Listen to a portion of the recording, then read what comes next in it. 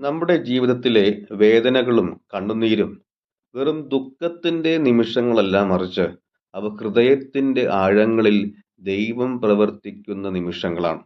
ഖലീൽ ജിബ്രാൻ പറയുന്നത് പോലെ, കണ്ണുനീർ ഹൃദയത്തിന്റെ ഔഷധമാണ്, ആത്മാവിനെ സൗഖ്യമാക്കുന്ന ദൈവത്തിന്റെ നിശബ്ദ സ്പർശനം. കണ്ണുനീരിലൂടെ നമ്മുടെ അഹങ്കാരം ഉരുകുന്നു, ഹൃദയം മൃദുവാകുന്നു, ആത്മാവ് ശുദ്ധീകരിക്കപ്പെടുന്നു. കണ്ണുനീർ നമ്മുടെ തകർച്ചയുടെ അടയാളമല്ല, അത് നമ്മുടെ ആത്മീയ വളർച്ചയുടെ തുടക്കമാണ്. ഈ നോമ്പുകാലത്ത് അനുതാപത്തോടും ഹൃദയവിശുദ്ധിയോടും കൂടെ ദൈവത്തിങ്കിലേക്ക് തിരിയാം.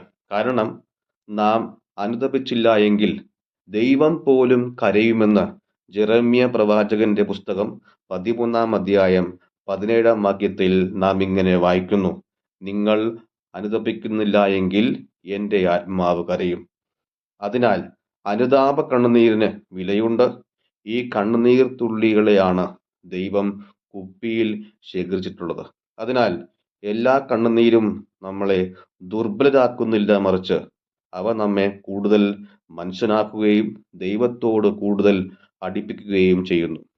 സങ്കീർത്തനം 56:8: അവിടുന്ന് എൻ്റെ അലച്ചിലുകൾ എണ്ണിയിട്ടുണ്ട്, എൻ്റെ കണ്ണുനീർ കണങ്ങൾ അങ്ങ് കുപ്പിയിൽ ശേഖരിച്ചിട്ടുണ്ട്, അവ അങ്ങയുടെ ഗ്രന്ഥത്തിലുണ്ടല്ലോ.